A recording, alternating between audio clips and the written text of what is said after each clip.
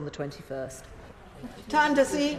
Thank you very much. Madam Deputy Speaker, many of my Slough constituents, including members of the Sikh community and local gurdwaras, have written to me regarding their serious concerns about the safety of protesting farmers in their attempt to march towards the Indian capital, New Delhi. Yesterday, a protester was killed during a reported standoff with the police, wherein the cause of death was, and I quote, a bullet wound to the head. The Punjab Health Minister confirmed that a second boy had also sustained a bullet wound, but luckily he has survived, with another 13 being treated for injuries in hospitals.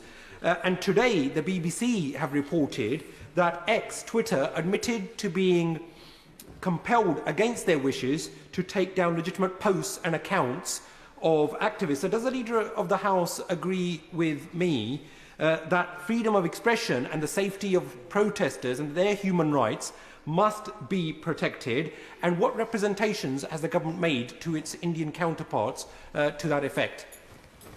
Leader. Well, thank the honourable gentleman for raising this very serious situation. Of course, the government does support the right to protest and to be able to do so in safety.